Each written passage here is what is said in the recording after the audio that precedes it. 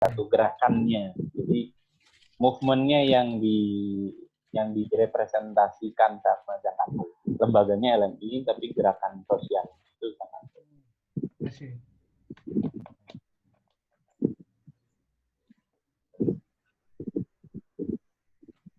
Nah, LMI sendiri sekarang kan udah ada Nazir Wakaf, terus kemudian ada untuk di pendidikan juga, gitu. Tapi untuk di gerakan sosialnya, hanya representasi sosial. Oke, sudah 4:05, kita mulai. Ya, Faridin dan Mas Tunjun. Bismillahirrahmanirrahim. Assalamualaikum warahmatullahi wabarakatuh. Assalamualaikum warahmatullahi wabarakatuh. Terima kasih untuk semua peserta yang sudah hadir dan juga narasumber dan panelis, Mbak Farilin Danisha yang sudah bersama-sama dengan kita, kemudian Mas Tunjung Utomo, dan di kesempatan sore hari ini waktu sambil menunggu berbuka, kita akan berdiskusi. Tema besarnya sebetulnya tentang pivot. Istilah yang akhir-akhir ini mungkin lebih terdengar, lebih sering maksudnya di teman-teman, terutama di UKM dan juga startup, yang ternyata kalau di startup istilah pivot sebetulnya sudah lama gitu ya. Tapi karena kondisi krisis ini, kita sebut saja krisis ujian wabah ini, macam-macam referensi yang menyebut tentang pivot, atau ada juga kemudian istilah adapt to new normal gitu kan, daripada memang kondisinya. Kita mungkin sudah baca tulisan salah satunya dari Padahlan Miskan itu, daripada memang berpikir ini pandeminya kapan selesai dan sebagainya, ya kita berbicara bahwa memang akan ada situasi dan kondisi yang baru. Bahkan di salah satu kesempatan itu Bang Sandiaga Uno ngomongnya, sudahlah, lupakan, memang kita akan kembali ke kondisi sebelum wabah ini. Setelah wabah ini yang kemudian memang akan menjadi kondisi yang kita jadikan acuan. Nah, melihat itu, terus kita memang perlu sama-sama think dan discuss. Dan dalam kesempatan hari ini kita bukan hanya bicara dari sisi teori tentang apa itu pivot. Setelah diskusi awal dengan Mas Tunjung, kita perlu hadirkan juga memang pelaku bisnis yang sudah melakukan pivot. Saya berikan kesempatan waktu selanjutnya ke Mbak Iin untuk bisa sharing bisnisnya apa, terus kemudian melakukan pivot. Kami persilakan ruang Zoom-nya untuk bisa disampaikan. Silakan. Oke, terima kasih Mas Yudhistiro. Teman-teman, perkenalkan saya Farilin. Sebelum ini saya mempunyai startup bersama teman-teman perempuan semua. Kami bertiga dengan Mbak Hetsi dan Mbak Mega membuat startup di bidang pariwisata yang berdampak sosial. Nah, di situ kami melakukan menjadi konsultan untuk desa-desa agar desanya siap menjadi desa wisata. Awalnya kami B2C sih. B2C itu maksudnya bisnis to customer, jual langsung gitu, jual paket wisata yang ada dampak sosialnya.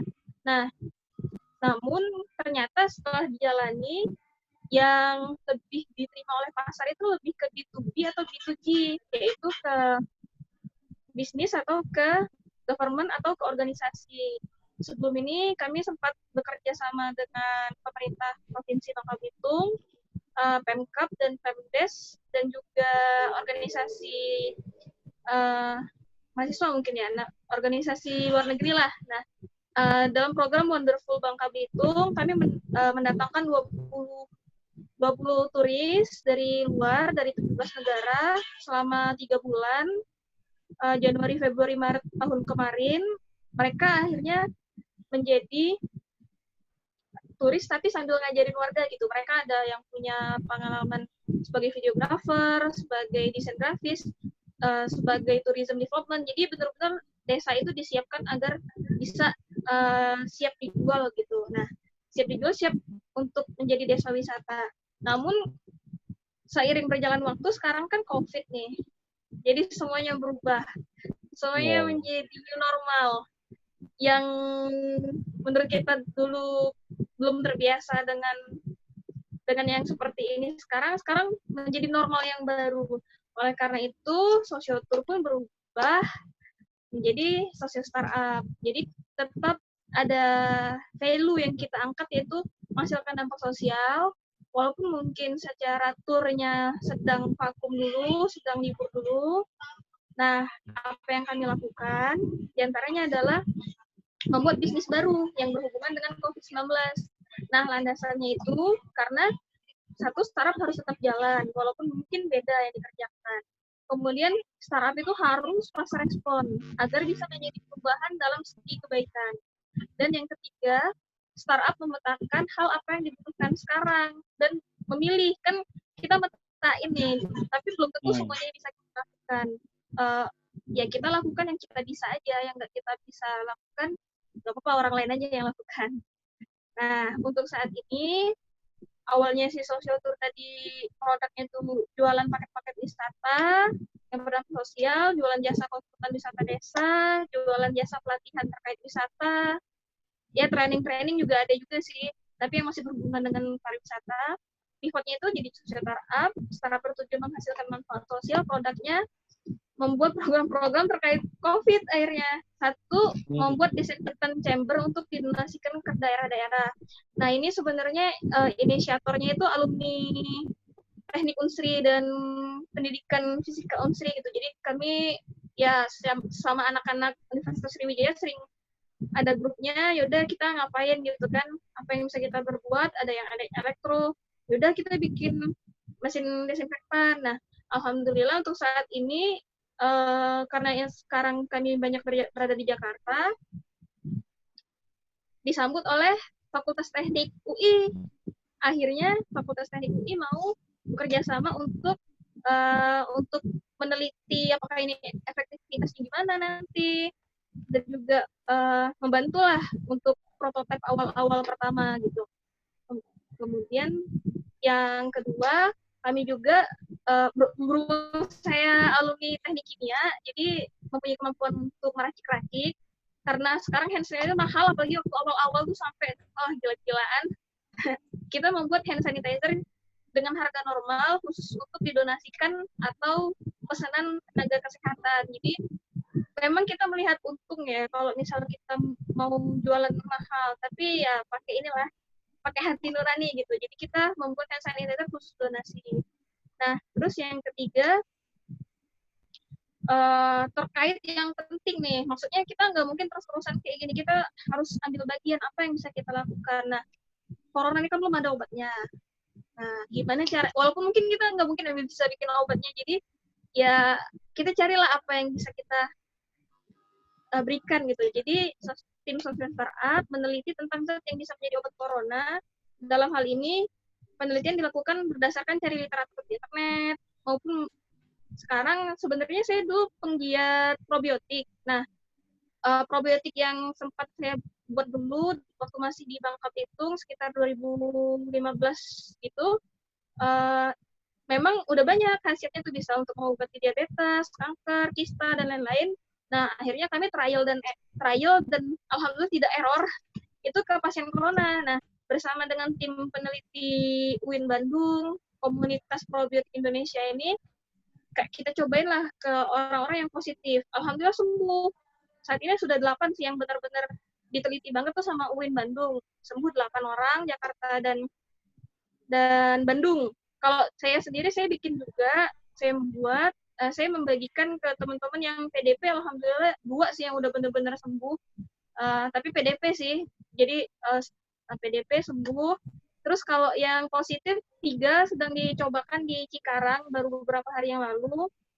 Saat ini sih saya sedang memperbanyaknya. Mana ya? Tadi banyak sih yang dari kamar ada 100 botol.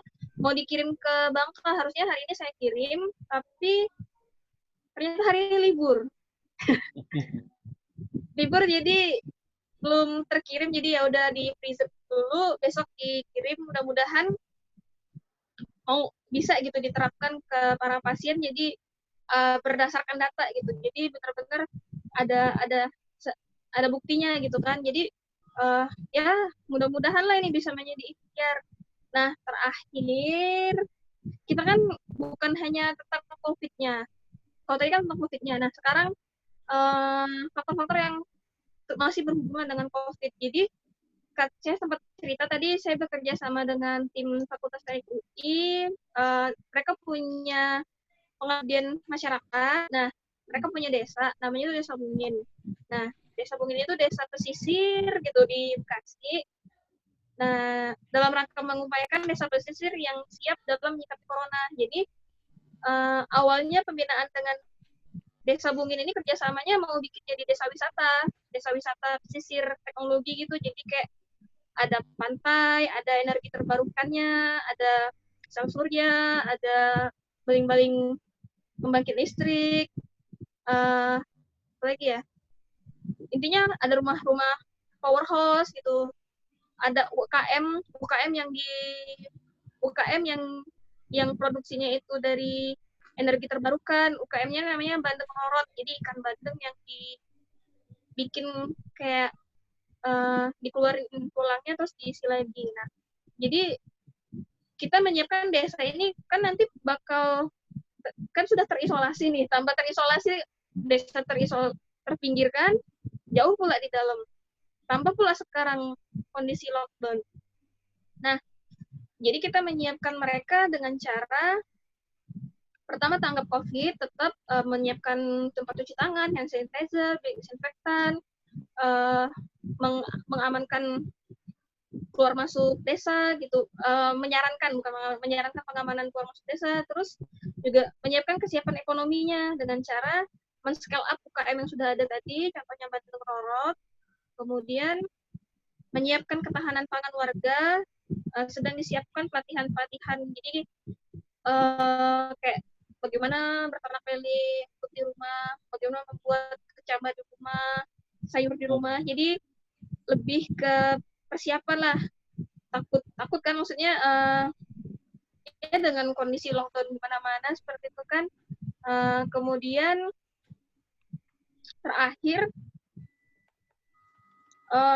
berhubung saya juga anggota di Ikatan Ilmuwan Indonesia Internasional, saya mencoba menghubungkan antara ilmuwan Indonesia yang UIN Bandung tadi dengan ilmuwan dunia, ilmuwan Indonesia juga yang sedang berada di luar, supaya harapannya mudah-mudahan dengan langkah kecil ini, walaupun ini mungkin kalau didengar mungkin kayak menghayal ya, tapi nggak apa-apa, berharap itu boleh, berdoa itu kepada Allah itu boleh. Jadi saya berdoa dan berharap semoga probiotik yang sedang kami usahakan ini bukan hanya bisa bermanfaat untuk kesehatan orang-orang di Indonesia, menyembuhkan pasien COVID, mudah-mudahan ini bisa juga ke teman-teman yang di luar Indonesia. Jadi dari langkah kecil kita, insya Allah lah orang-orang akan banyak membantu gitu. Walaupun sebenarnya kita kemampuannya kecil banget, tapi kita akan ada di barisan orang-orang yang sama, sehingga tujuannya itu nyampe gitu. Semoga masa pandemi ini segera berakhir. Insya Allah mudah-mudahan. Seperti itu. Iya, ya. Oke. Terima kasih Mbak In. Jadi saya hanya ingin mengulang sedikit dan mengulas sedikit karena beberapa attendees juga ada yang berbeda. Bisnis awalnya Sosiotour berarti menyiapkan desa wisata tadi itu ya? Iya benar. Nah, oke. Dan berarti secara revenue stream itu karena bekerja sama dengan pemerintah setempat gitu. Iya. Jadi langsung kayak sepodokan gitu lah kalau secara bisnisnya. Jadi langsung biaya operasional berapa, profit yang ditarget berapa, langsung Pak kalau mau beli sekian Pak. Jadi udah sekali jalan kita nggak pusing lagi ke depannya gitu. Oh, oke. Nah, kemudian ketika COVID ini, pikiran sederhana pebisnis itu kan bagaimana bertahan. Itu insting paling Bagaimana paling menghasilkan uang, menggaji tim, iya, bagaimana bertahan. cuan, Nah, itu cuan. memulainya dengan eh, memulainya dengan apa? Apakah memang melihat dari sisi kekuatan yang dimiliki Sosiatur atau memang strict bahwa bisnisnya memang harus tetap di seputar pemberdayaan desa atau apa ini acuan awalnya untuk kemudian pivot ke apa namanya sekarang apa tetap Sosiatur Sosio ya? startup. Sosio startup. Oh, namanya Ya. sendiri juga berubah. Gimana Mbak? Memulai untuk pivotingnya itu mulai dari mana dulu? Memang melihat kekuatan. Misalnya gini, saya yang ketika diskusi sama Bang Sandi itu kan, kalau ini sih benar-benar ekstrim pindah ya. Teman-teman yang ada di bisnis umroh itu kan memang sekarang ada hambatan untuk bisa melanjutkan. Tapi yang jelas punya database peserta yang memang sudah daftar umroh banyak gitu. Nah itu yang kemudian katakanlah diutilisasi untuk kemudian bisa menawarkan peralatan dan perlengkapan yang berkaitan sama COVID, masker lah, hand sanitizer lah dan sebagainya. Gitu. Saya nggak tahu gimana Sosiatur pivotingnya ini memang lihat dari sisi apa dulu? Jadi dari kebutuhan pasar sih, karena kadang-kadang kan kalau lihat dari kemampuan kita belum tentu juga pasar mau beli ya. Jadi memang ya saat ini orang pada butuh hand sanitizer, saat ini orang juga, pemerintah juga pada pusing gitu kan apa yang bisa dibuat. Jadi ya jualannya emang yang pasar butuh dulu, maksudnya kan kita butuh duit, nah yang bisa ngasilin duit itu apa gitu. Jadi ya udah dari cuannya dulu. Nah kalau cuannya udah ada yang mau beli ya kita tinggal menyediakan. Soalnya kadang agak susah juga kalau kita punya kemampuan tapi nggak ada yang mau beli, itu kan sedih ya. Iya.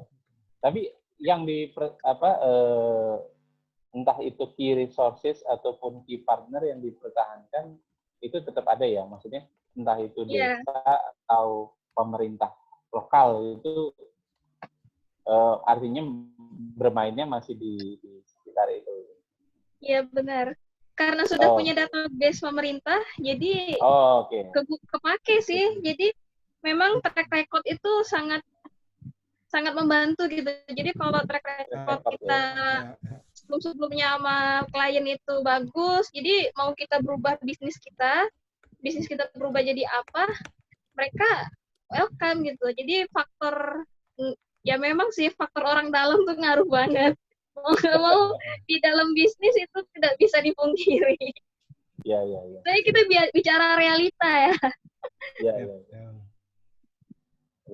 Iya.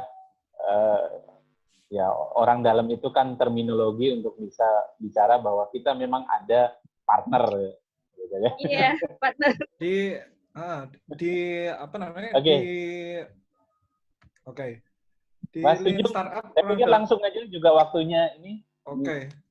Bisa sekalian langsung diulas dan disampaikan materinya. Jadi orang dalam itu kalau di Lean Startup itu termasuk dalam kategori unfair advantage. Jadi unfair advantage. Bener. Itu masuk. Jadi orang lain nggak punya, kita punya gitu ya. Ya benar.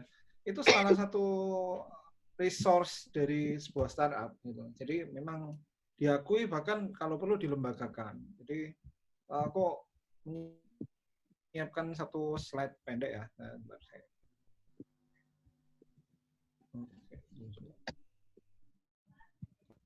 Slide-nya pendek aja.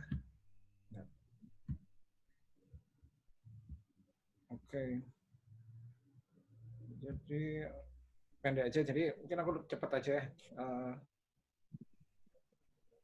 Jadi pivot ini sedikit perkenalan. Jadi latar belakangku aku juga startup, jadi aku juga startup founder. Terus aku mendirikan, dan yang masih bertahan saat ini ada 3 startup. Jadi sudah ada startup yang nggak bertahan juga. Jadi ada berapa? Jadi latar belakangku, aku melakukan ini semua dari lebih banyak otodidak. Jadi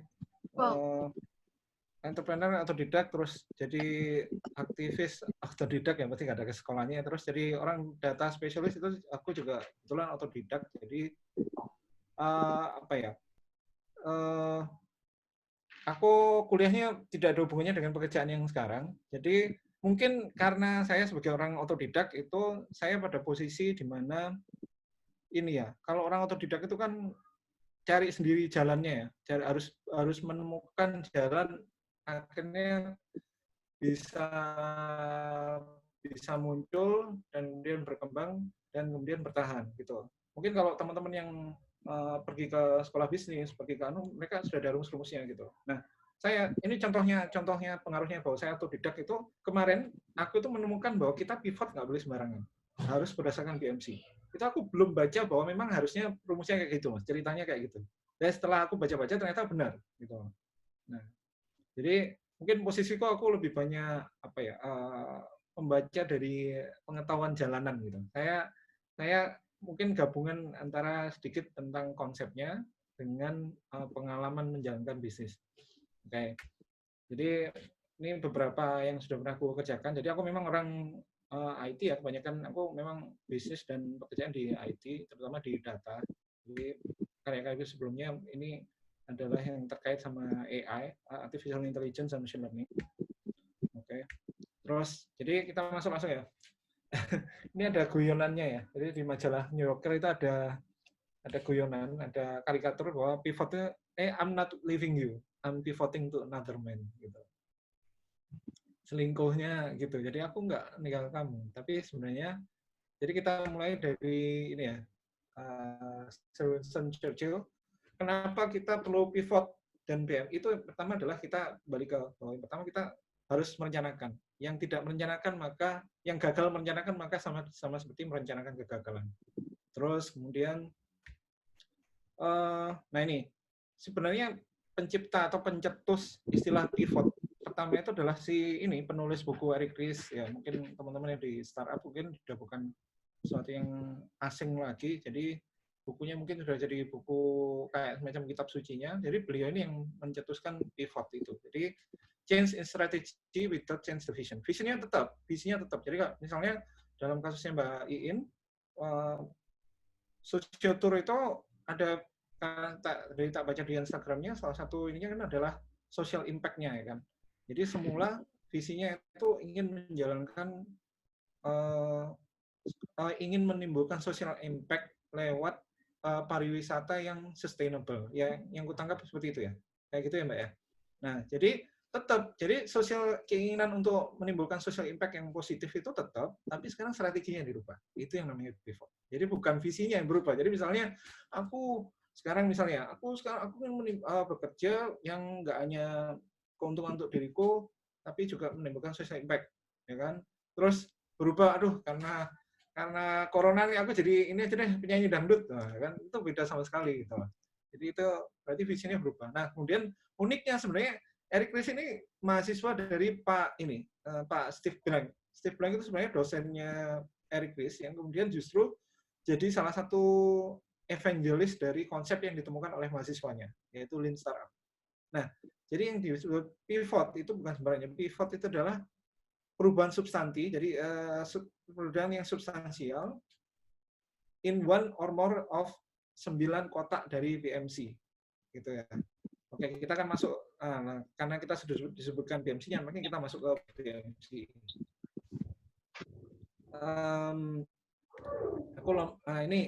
Ini adalah BMC ya. Mbak Farilin sudah ini ya, sudah nggak asing dengan BMC ya. Mudah-mudahan teman-teman yang menyaksikan sudah nggak asing dengan BMC. Kalau masih asing silakan di Google sekarang sambil dengerin ini. Jadi BMC ada 9 kotak yang merupakan ini. BMC kalau dulu kita waktu sekolah atau kuliah di KWU ya. Kalau kuliah kan ada mata kuliah kewirausahaan. Biasanya sama dosen KWU-nya itu, which is biasanya dosen KWU itu zaman dulu bukan pengusaha gitu, itu disuruh bikin tugasnya bikin business plan. Ya, nah bikin business plan, kemudian business plan itu ada berapa lembar. Dan celakanya biasanya business plan itu sudah susah-susah dibikin, berikutnya nggak pernah dilihat lagi karena justru terlalu rumit, terlalu kompleks. Nah kemudian ada namanya Pak Alexander Osterwalder, kemudian menemukan gimana sih kita bikin business plan tapi yang lebih efektif dan bisa disimak sehari-hari. Maka beliau menemukan satu metode yang disebut sebagai BMC atau Business Model Canvas, yang dia itu sebenarnya menggambarkan semua aspek dari bisnis kita dalam satu halaman aja. Tujuannya adalah itu supaya kita setiap saat bisa menyadarkan kita terhadap tujuan kita, plan kita itu apa. Nah, itu business plan, BMC ya. Terus kemudian di perkembangan berikutnya itu ada perkembangan ini bisnis plan ini lebih cocok untuk untuk bisnis yang udah jadi nih. Gimana kalau misalnya bisnis yang startup ya? Startup itu kan biasanya pasarnya belum ada ya kan. Ketika kita lagi develop ya pasarnya belum pasti. Terus kemudian customer relation-nya bahkan kadang-kadang masih bisa berubah. Key activity-nya masih bisa berubah. Ini kita perlu canvas yang sesuai dengan BMC, senada dengan BMC, tapi lebih disesuaikan untuk startup. Jadi kemudian ini muncullah namanya Lean Canvas yang dikembangkan oleh muridnya Pak Alexander Osterwalder, namanya Esmoria. Nah ini Esmoria ini kalau coba perbedaannya, ini bisnis BMC ya, 9 elemennya ini. Nah kalau Lean Canvas 9 elemennya ini. Jadi serupa tapi tak sama. Yang sama cost structure di bawah, fondasinya sama, cost structure sama revenue stream sama yang di tengah. Kalau kita perhatikan di tengah, value-nya. Jadi dua-duanya kita harus punya value yang kuat. Nah, yang lainnya agak berubah.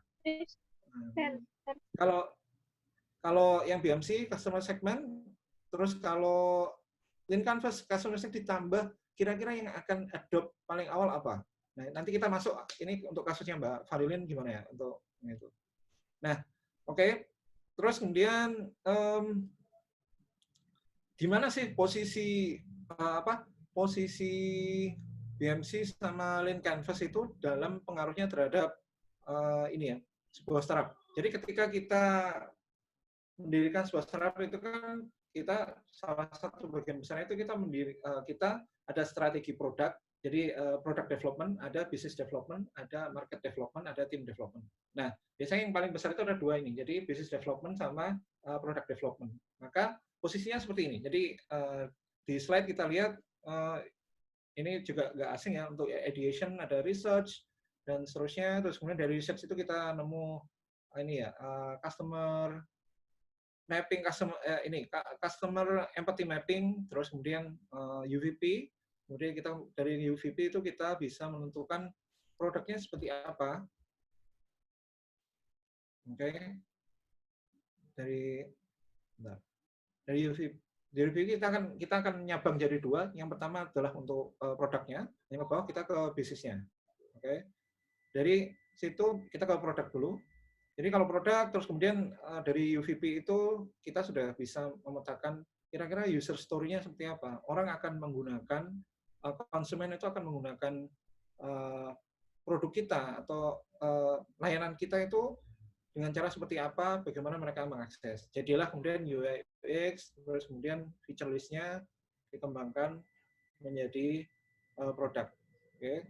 Terus setelah itu ini di track bisnisnya. Nah ini di track bisnisnya kemudian UVP itu dikembangkan menjadi strateginya, jadi business development-nya gitu. Jadi hubungannya sama pivot adalah apa yang terjadi di pivot itu adalah elemen-elemen yang kita susun di BMC itu kan terjadi perubahan, ya kan? Seperti yang dikatakan. Jadi significant change in one of 9 elements of BMC itu yang disebut sebagai pivot. Jadi misalnya ini Mbak Farilin ya, aku sudah bikin, mudah-mudahan nggak salah, mudah-mudahan aku nggak ngawur ya. Nah ini aku sudah bikin BMC dari apa yang aku baca. Jadi mudah-mudahan nggak salah ya Mbak. Ini kira-kira akurat nggak? Udah cukup akurat nggak ini BMC-nya? Jadi mungkin di customer segment-nya tadi aku sudah dengar mungkin ada yang kurang ya. Ada dari company ya, dari company. Oke, kita bisa tambahkan di sini. Nah, jadi dari BMC ini kita bisa lihat di sini di kanan ada customer segmentnya, terus key partnernya ini. Nah, ketika terjadi perubahan yang signifikan, yaitu yang perubahan yang bahkan luar biasa kalau seperti katanya Sandiaga Uno, maka ini berubah gitu loh. Jadi misalnya customer segment, travel individu sekarang udah nggak bisa, ya, sudah kecil sekali bahkan nggak ada, ya kan? Kita bisa hapus, ya kan? Delete. Terus traveler internasional apalagi nggak ada, kita hapus, ya kan? Delete. Terus travel lokal mungkin masih ada nggak, Mbak? Kalau travel lokal sudah nggak ada juga ya? Terus, oke.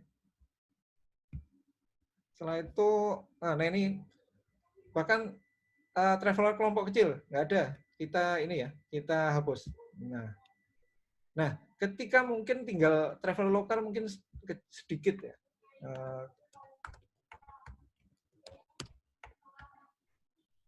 Ya kan?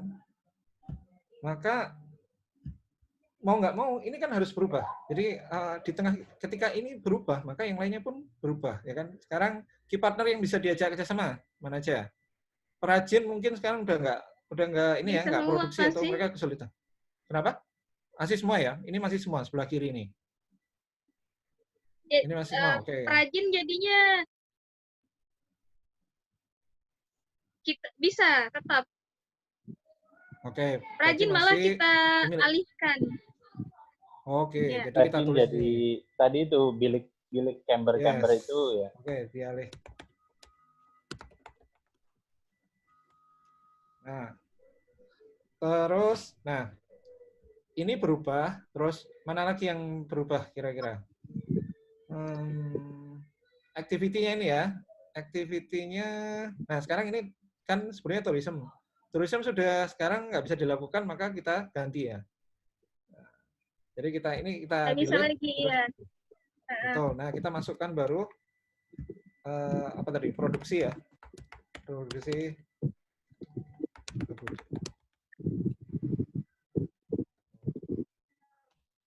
Nah, jadi kan sudah berubah. Terus kemudian customer service-nya ada perubahan nggak, Pak, sekarang? Banyak kepake, masih banyak kepake atau banyak nganggur ya sekarang? CS-nya. Jadinya nganggur sih. Ya, nganggur. Jadi customer service dialihkan atau dirumahkan. Dirumahkan. Iya, ya kan? Nah, kan berubah kan? Nah, ya. ketika ya kan, ini travel lokal berubah, kemudian key partner berubah. Coba sekarang kita lihat ini kan secara berarti BMC adalah tentang bisnis secara keseluruhan, bisnis as overall, ya, as a general. Nah, sekarang ketika kita mau pivot, berarti dari yang sebelum produknya, kenapa? Gambarnya hilang? Halo?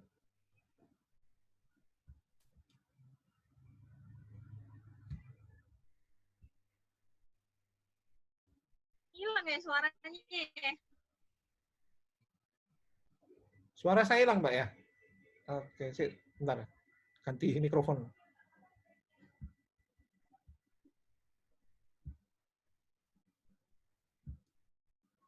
Oke, sekarang saya pakai mikrofonnya laptop. Apa bisa didengar suara saya? Bisa. Nah, lanjut. Mungkin Mbak Iin kayaknya koneksinya agak lag. Oke, jadi BMC itu adalah bisnis kita secara general. Nah, ketika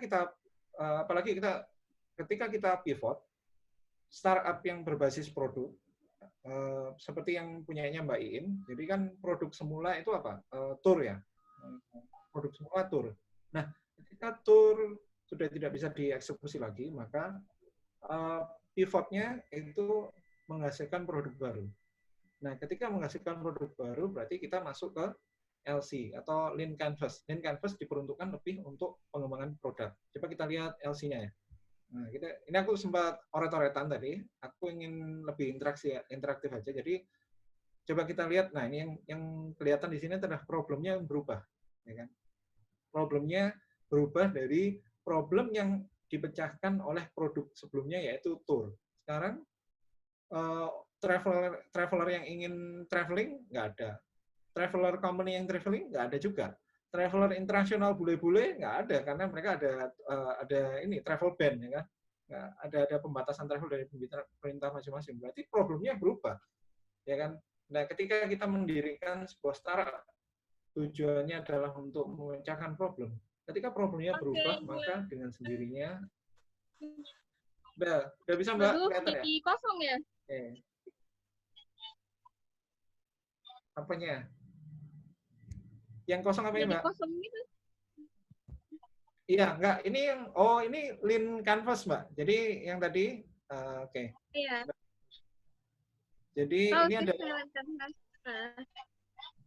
Jadi yang tadi BMC, ini BMC, ya kan? BMC itu business as general, in general. Jadi bisnisnya. Nah, ketika kita pivot kan kita membuat produk baru, ya kan?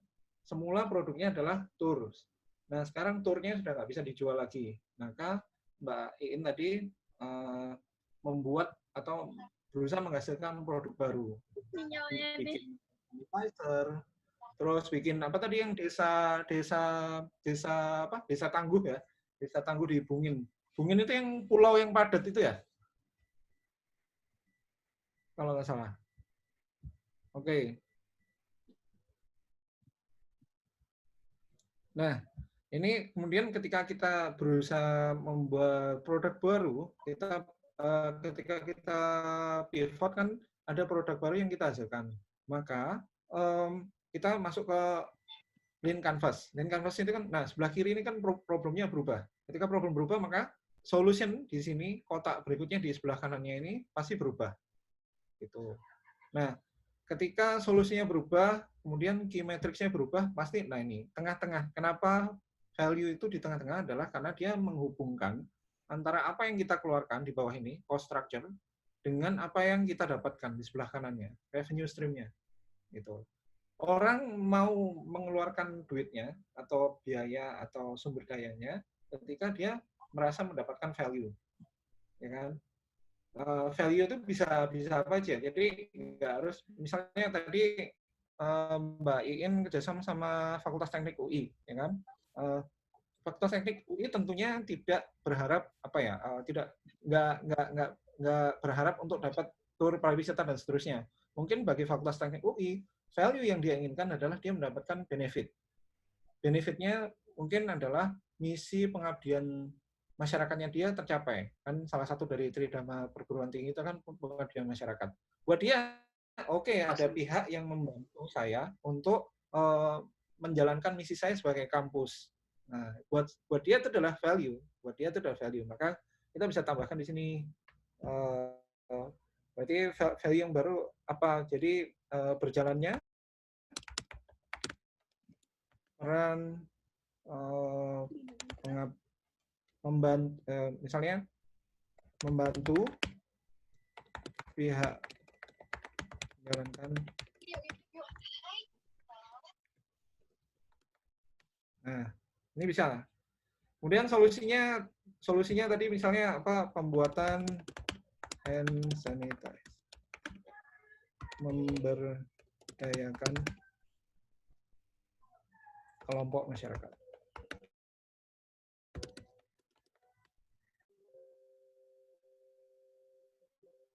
Ya. Terus key matrix-nya apa ya? Key matrix-nya misalnya tadi apa, Mbak? Uji apa ya? Uji klinis ya. Key matrix-nya misalnya untuk obat dari uji klinis probiotik sama hand sanitizer ya. Oke. Ini.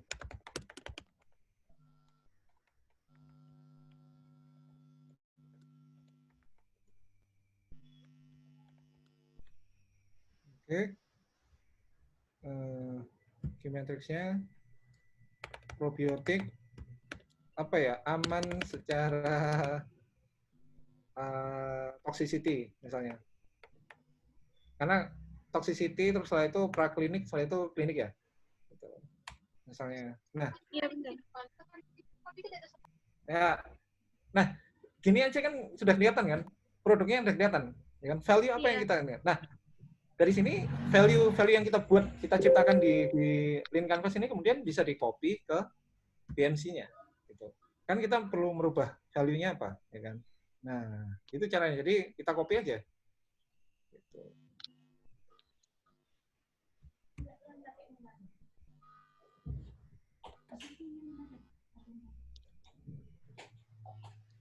Oke, kita BMC. Oh, sorry.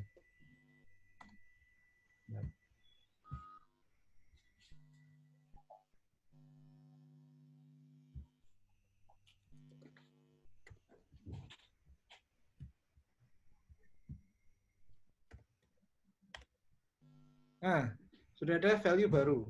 Ini barangkali bukan kita hapus, tapi kita pinggirkan dulu. Ya. Iya. Kita pinggirkan keluar. Sorry. Nah, ini bisa sementara kita hapus. Nanti kita hapus dalam artian bukan dihapus permanen. Nah, jadi kan sekarang udah berubah nih, ya kan? BMC udah berubah, gitu.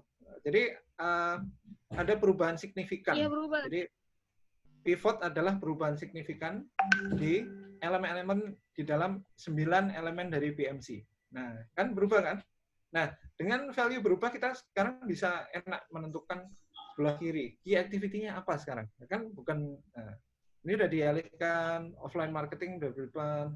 Berarti kita bisa, oke, karena sekarang aku memproduksi hand sanitizer homemade misalnya, ada pemasaran.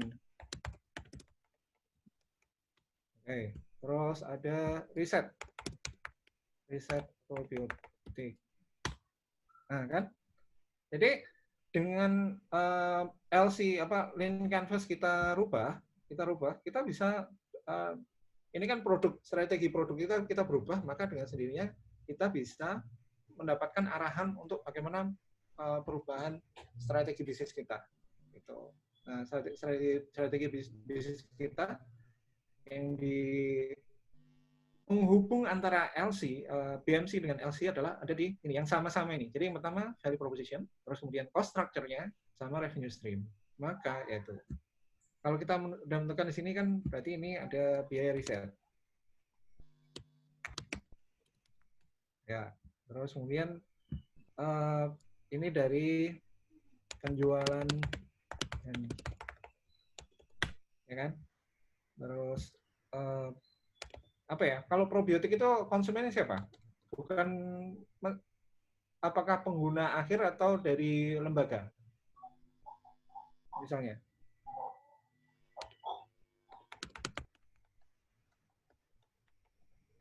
Nah, kan kita udah dapat. Yang sama ini kita bisa copy ke BMC. Sekarang tinggal kita masukkan. Gitu. Enak sekali. Jadi kita sesuai dengan metode ini bukan hanya lebih teratur, tapi juga lebih sistematis dan lebih enak. Gitu.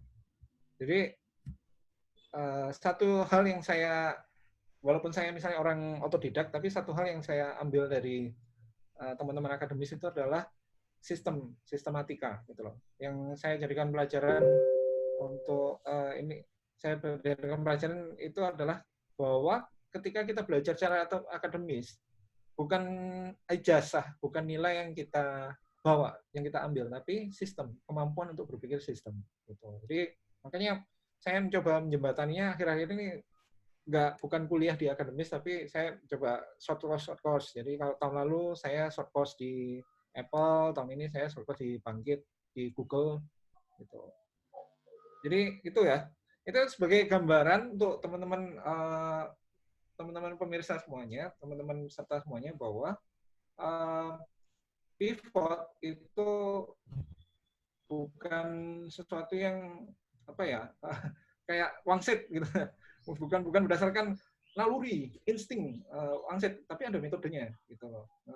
Ada caranya, ada sistemnya di sana, sehingga kita memang ini satu kondisi yang sangat menekan ya, sangat menekan bagi sebagian besar kita, termasuk saya juga. Tapi kita istilahnya tidak ngerambiang, nggak, kalau bahasa Jawanya kita nggak ngerambiang, kita nggak sembarangan, kita punya alat untuk membantu kita melakukan pivot sesuai dengan ya jati diri bisnis kita. Jadi nggak sembarangan pivotnya. Misalnya pivotnya dari jualan tur jadi terus jualan kerupuk. Ya mungkin jualan kerupuk bisa, tapi kerupuknya sama-sama visinya sama tadi kan. Pokoknya visinya sama.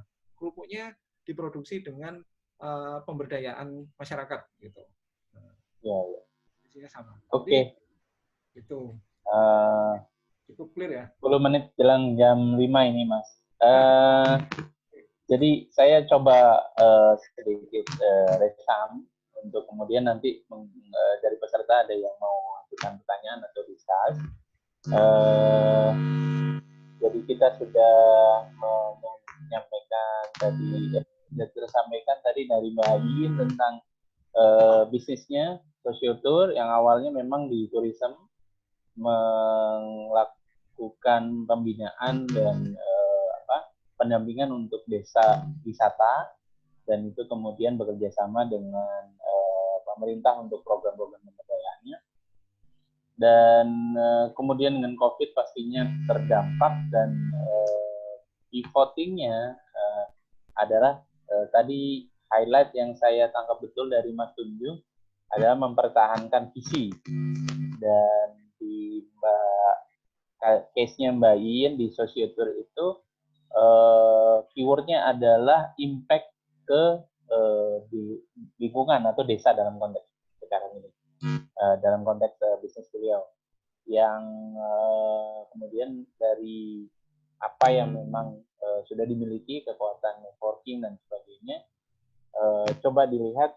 Pertama kali yang dilihat adalah apa nih yang memang potensial jadi kebutuhan di tengah kondisi COVID ini, yang kemudian Mbak Iin fasilitasi atau penuhi kebutuhan itu dengan membuat satu partnership atau satu kemitraan baru dengan beberapa pihak yang memang punya kompetensi di sana. Itu kurang lebih ya. Ada ya, benar sekali. Ya, pada akhirnya tujuannya kan tetap mempertahankan bisnis atau tadi itu ya, bagaimana survive ya, poinnya tentang bisnis yang menghasilkan sesuatu gitu kan. Yep. Ya. Cuma kita tekankan di pivoting tadi itu bahwa tetap visinya, hanya memang yang berubah adalah unsur yang ada di dalam bisnis itu yang mengalami perubahan. Dan Mas Tunjung sudah menyampaikan secara gamblang tentang tools bisnis model Canvas yang memudahkan kita nih untuk memetakan sebetulnya apa yang memang perlu dirubah, seperti apa dirubahnya dan sebagainya, kemudian pengaruhnya ke unsur-unsur lainnya seperti apa, yang lebih mudah dari kita untuk bisa memetakan pivot bisnis seperti apa yang memang kita bisa lakukan. Silakan dari peserta ada yang ingin bertanya atau raise hand saja, monggo, kita nanti berikan kesempatan untuk bisa berbicara. Case-nya di bisnis dari peserta juga monggo bisa disampaikan. Situasi sekarang ini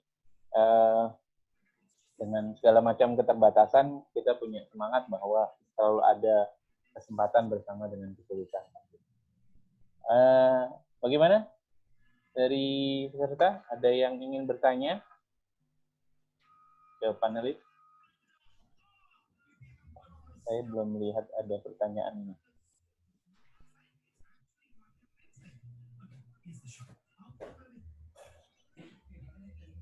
Mas Tunjung atau Mbak Yin mungkin masih ada yang mau disampaikan atau mau melanjutkan untuk menyampaikan sesuatu sambil nunggu pertanyaan.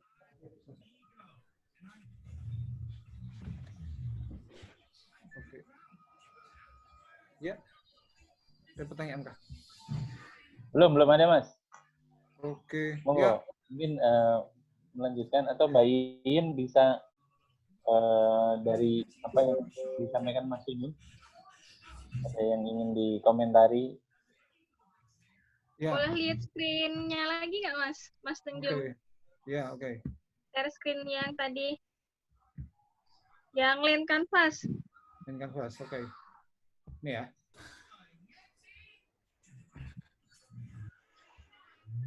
Oke. Ini ya. Cukup jelas ya.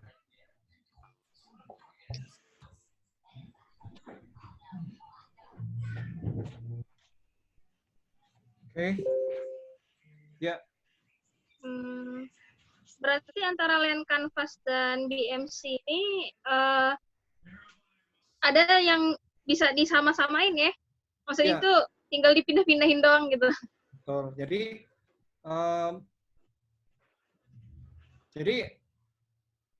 benang merah sama antara bisnis dengan produk itu apa? Ya kan? Kita harus mikir kan. Jadi kayak misalnya gini, yang saya paling suka contoh itu ini, The Body Shop. Nah, itu The Body Shop itu saya suka sekali, terutama The Body Shop sebelum dia dibeli oleh L'Oreal. Jadi dulu ya The Body Shop itu perusahaan kosmetik yang sangat idealis, ya kan? Nah, dia itu brandingnya atau value di dalam perusahaannya itu kemudian tercermin sampai dengan ke produk-produknya dia. Gitu. Jadi aku ingin mempercantik ya waktu itu ya, aku ingin mempercantik wanita tanpa merusak lingkungan, ya kan? Itu adalah value di perusahaan dia. Nah kemudian itu tercermin di value-nya itu tercermin di produknya dia. Jadi produknya dia misalnya no chemical preservative, terus no animal testing ya kan, yang saya ingat gitu. Nah ini kan sambung. Jadi sambungan kalau LC itu lebih untuk produk, BMC itu lebih untuk bisnis ya kan. Nah, sambungannya produk sama bisnis itu ada di value-nya itu, value proposition-nya di tengah-tengah. Dan tentu saja ininya kan, cost-nya sama fondasinya, cost-nya sama revenue-nya dari mana gitu loh. Itu yang sama gitu. Ketika kita bikin produk kan kita membayangkan kira-kira ini nanti biaya untuk bikin produk ini ya kan, cost-nya bikin produk ini berapa? Siapa yang bayarin kan gitu. Terus kemudian saya jual ke mana, nanti saya jual berapa kan itu. Gitu. Jadi itu nyambung. Jadi ya karena kita bicara bisnis ya, pasti kan itu soal cuan ya, soal duitnya. Makanya fondasinya ada di bawah itu, cost sama revenue stream. Gitu. Itu bisa dibagi. Jadi ketika kita merumuskan produknya, kita rubah kan, kita perlu pivot, kita rubah. Nah, nyambung nanti, oke, berarti kalau produkku berubah seperti ini, maka bisnisku dan strateginya berubahnya harus seperti ini. Gitu. Ya. Oh, gitu. Oke. Yes, gitu. Terima kasih, Mas Tunjung. Ya, Lean Canvas sama BMC ini memang terkoneksi kah somehow gitu. Maksudnya in terms of in terms of tools yang lagi dipakai Mas Tunjung ini. Iya, bahkan ini jadi kemarin ini aku ngobrol sama online kah, website dan everybody can access gitu. Oh iya, kalau ya mungkin bisa dilihat di sini ya. Ini banyak sih penyediaannya, providernya banyak. Jadi Canvanizer ya, Canvanizer kita bisa. Kalau Canvanizer memang sayangnya ini belum terhubung, memang belum terhubung. Jadi kita rubah ini terus sebelahnya berubah, belum. Jadi masih manual. Jadi makanya aku copy paste-nya manual. Aku belum tahu atau belum sempat ngubek-ngubek ada tool yang terhubung. Tapi rasanya justru ini ya, karena BMC dan Lean Canvas itu diciptakan untuk mensimplifikasi. Rasanya udah enak, simple banget. Bahkan nanti kalau memang pengen lebih real, nanti biasanya di kamarnya, di ruang kerjanya CEO startup itu biasanya kan ada tempelan-tempelan. Ruang-ruangnya CEO startup atau di mejanya itu kan penuh dengan tempelan-tempelan. Salah satu tempelan yang paling banyak itu kan biasanya tempelannya BMC, ya kan, BMC sama LC mereka agak baru. Nah ya tinggal ditempel-tempel gitu aja sih. Nah secara itu ya. Kemarin saya ngobrol sama namanya Pak Luki, Pak Luki, Cak Luki ya. Cak Luki itu adalah beliau sempat lama di Microsoft, sempat hampir 10 tahun di Microsoft di Amerika, terus kemudian ditugaskan di Microsoft di Indonesia. Jadi beliau sekarang sudah keluar dari Microsoft itu mengajar business model innovation di sekolah-sekolah bisnis di Prasetya Mulia, terus di MMUI juga beliau ngajar business model innovation. Terus beliau sampaikan, jadi kalau di Harvard atau di Kellogg's atau di Wharton sana, salah satu tool utamanya itu memang BMC. BMC, LC, Lean Canvas, sama metodenya menggunakan metode yang dicetuskan atau disusun oleh si Eric Ries, yaitu Lean Startup. Jadi Lean Startup itu mungkin kalau kita sebagian kita udah pernah baca ya, ada ini akuntansi inovasi, terus kemudian yang segitiga apa? Build, learn, measure ya, gitu ya. Build, deploy, measure kan itu segitiga Lean Startup itu. Jadi apa ya? Kalau di Amerika dan di negara-negara maju, semakin dibuat sistem, semakin dibuat metodologi sehingga berhasil, mereka bisa mencetak, istilahnya mencetak pengusaha-pengusaha, mencetak founder-founder startup yang nggak kebetulan, nggak ketepaan gitu loh, yang benar-benar ada pabriknya. Jadi sekolah-sekolah di sisi sana itu sudah berusaha menjadi pabrik entrepreneur, bukan lagi jadi entrepreneur di sana dicetak, bukan lagi munculnya kebetulan gitu, munculnya secara by chance, secara bakat dan sebagainya. Gitu. Nah, salah satu cara mereka itu adalah ini. Ada beberapa metode lain, tapi yang saya rasa yang simple dan mudah dimengerti teman-teman semua adalah ini, Lean Canvas sama BMC. Gitu. Enak kok, kalau ini aja ini sudah bisa dipakai untuk menjabarkan berbagai kasus. Itu. Oke, terima kasih Mas Tunjung, sharingnya luar biasa. Mbak In juga semoga sukses sosio-preneurnya, sosio startup ya? Iya, sosio startup. Sosio startup, pivoting yang luar biasa karena tetap memang punya optimis bahwa bisnis harus berjalan, tapi juga kemudian di sisi lain tetap mempertahankan misi untuk ada impact positif ke lingkungan dalam hal ini desa yang memang sudah menjadi pabrik. Karena waktu kita memang jadwalnya 1 jam, kita tadi agak telat sedikit, 5:05. Kesempatan terakhir ini karena sudah menjelang 5:05 juga, sudah mau beduh. Kita di akhir sesi foto bareng semua peserta. Mas Ujung, sesi Yudhistira, maaf, bisa di-off-kan. Mas Yudhistira, sambil menunggu peserta, boleh saya minta waktu sebentar ya? Iya, silakan. Ya, seluruh peserta bisa sambil nunggu, bisa diaktifkan kameranya. Mas Ujung, mohon maaf untuk share screen-nya bisa di-off-kan. Oke, sorry. Ya. Oke, silakan Mbak In. Pesertanya udah mulai bertambah banyak. Iya nih, malah tapi sayang kita udah hampir selesai. Jadi ini satu hal yang ingin saya sampaikan di sini. Silakan. Mohon doanya kepada para peserta. Saat ini insya Allah sudah ada satu provinsi yang bersedia untuk menjadi tempat bukan percobaan sih.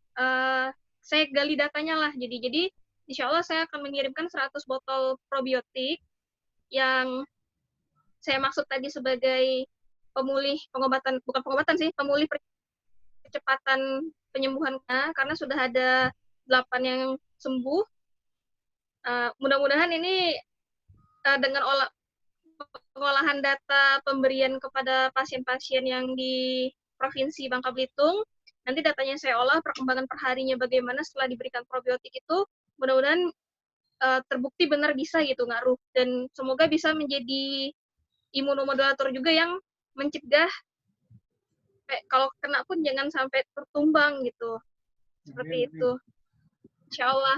Mudah-mudahan. Atau kalau misal di sini ada yang ikut dan mempunyai keahlian keilmuan yang terkait dalam hal kesehatan, kami masih membuka kerjasama, jika kami juga butuh dibimbing gitu, karena terkait probiotik ini mudah-mudahan bisa menjadi solusi lah untuk corona ini agar segera berakhir. Selain itu juga mau memberitahu juga untuk jika menginginkan mesin sterilisasi, alhamdulillah saat ini kami dibantu banyak oleh dari laboratorium gasifikasi teknik mesin UI. Itu kami juga membuka jika teman-teman mau ikut bekerja sama, apa mengadakan di daerahnya atau bagaimana, atau mau dikirim kemana, itu sangat-sangat bisa kita bantu gitu. Seperti itu. Oke. Ini kayaknya banyak Baik. teman-teman yang baru gabung ini ya. Iya sayang ya. Iya, Banyak yang baru gabung. Udah dekat beduk malah banyak gabung ini. Mungkin sekarang nongkrong di depan laptop, ya nongkrong di depan laptop sambil nunggu azan. Oke. Baik, terima kasih semua yang sudah bergabung di kesempatan sore ini. Karena waktu juga terbatas. Kami akan kirimkan recordingnya ke rekan-rekan semua via email. Sekali lagi kita terima kasih sekali kepada Mas Tunjung dan Mbak Yin sudah sharing luar biasa di kesempatan sore ini. Semoga bermanfaat. Kita sesi foto yang memungkinkan untuk bisa diaktifkan videonya, kameranya. Silakan untuk bisa mengaktifkan videonya. Kita akan sesi foto.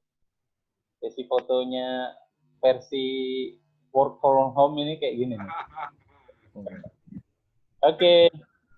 Ya. Sudah ya? Jadi panitia. Ya, oh ada Pak Aziz di situ. Sugeng sonten Pak. Assalamualaikum. Waalaikumsalam warahmatullahi wabarakatuh. Oke. Mas Hamid, senior saya. Ya. Oke, terima kasih semua. Kita cukupkan. Terima kasih. Mohon maaf kalau ada kurang. Assalamualaikum warahmatullahi wabarakatuh. Waalaikumsalam warahmatullahi wabarakatuh.